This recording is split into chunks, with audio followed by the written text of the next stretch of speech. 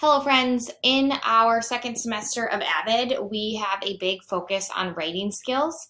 And we're going to do a lot of different activities and practice sessions with different forms of writing. And some of this might be a little bit of review from English, but we're going to first look at elements of an argument because we're going to look at argumentative writing, okay?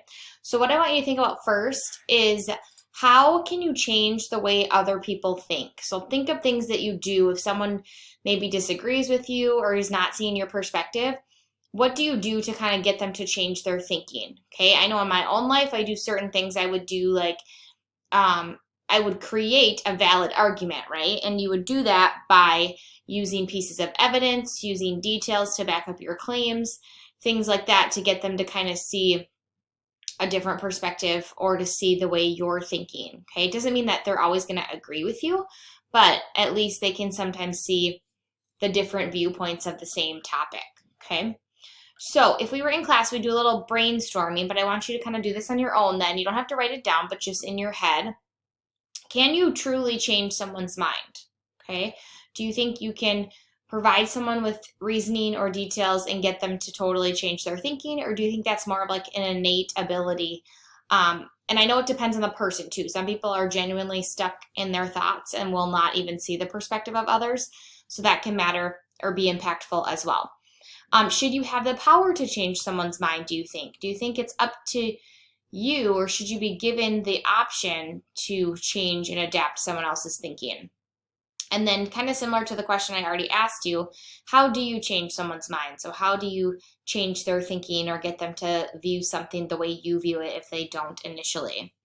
And then how do other people change your mind? So think of a scenario when maybe someone was trying to adapt your thinking or get you to see their perspective. What are some of the things that they do to get you to change your own mind? So similar to what I just said, what are some things people do to change your mind that work? Okay, usually we would say things like offering valid evidence or details of their point.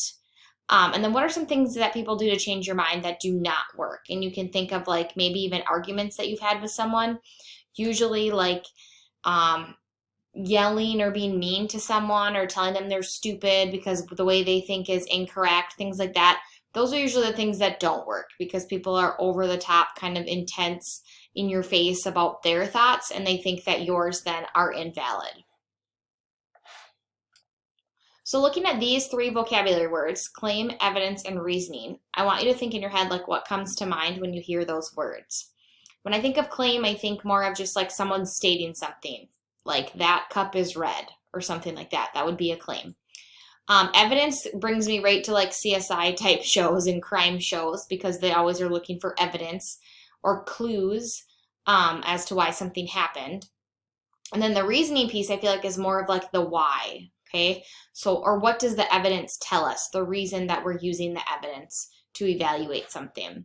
So the reason we look at these three words is because all three of those pieces put together make up the elements of an argument. You have a claim, you have evidence to back up your claim, and then you have a reasoning that goes along with that.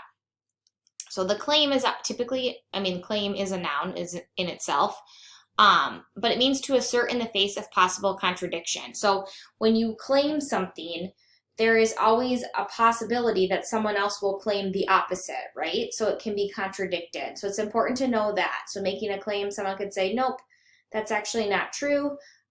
I see it this way, okay? Evidence is something that shows proof, okay, or furnishes proof, rather. Also a noun, but evidence is providing that proof or that kind of extra support of the claim. And then reasoning is also a noun, a statement offered an explanation or justification connecting the proof to the claim. So this is the why. So how do we connect the claim to the proof or the evidence and provide a reasoning or explanation as to how they connect? So we have a couple of examples looking at, we call them CER chains, okay? They're basically a chain because they all work together to make up an element of an argument. So here's a scientific reasoning example. So I'm going to give you a couple of examples. The claim, the sun is hot. Okay, that would be someone's claim. That can be contradicted. Someone could say, nope, it's not that hot. Okay, we know the sun is hot, but if someone wanted to contradict it, they could. The evidence, my skin feels warm in the sun.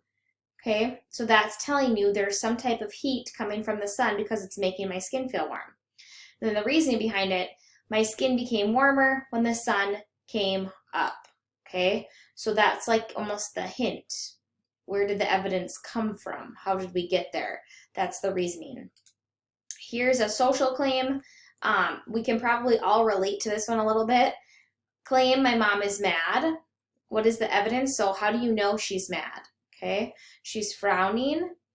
And then what's the reasoning behind it? She was frowning yesterday when she said, I am mad. Okay, because just because she's frowning doesn't necessarily mean she's mad, right? It could just mean she's focused on something, or she's upset, or she's sad even. So that's why the reasoning piece is important, because the evidence doesn't always give a true portrayal of the claim. Okay, so you need that reasoning piece. Here's a political example. The claim, Japan should join our international organization. Evidence, why? So why do they need to do that? Japan needs to increase food supply. And then where's the reasoning behind all of it? Countries in our organization will send food to other countries. Okay, so if they need to increase their food supply, they should join the organization. But why? Why is that going to help? That's where the reasoning comes in. Countries in our organization will send food to other countries. Okay, in a minute in your assignment, you're going to create your own CER chain. Okay, so you need to have a claim, something that you think is true. You need to have a piece of evidence. So what made you think it was true? And then you need to have reasoning behind it. What about the evidence is convincing to you? It tells you that it's likely true. Okay, so we're going to practice a little bit making a few of those CER chains to just kind of get you comfortable. Don't overthink it. I think a lot of times when we do these activities, we overthink it and we think our claim has to be something like crazy. Okay, it doesn't have to be. I mean, look at how simple some of these examples are. The sun is hot. I mean, that's a very simplistic claim. So don't overthink it. You're going to go to your assignment and do a couple of practice ones, and then we're going to dive a little bit further into elements of an argument.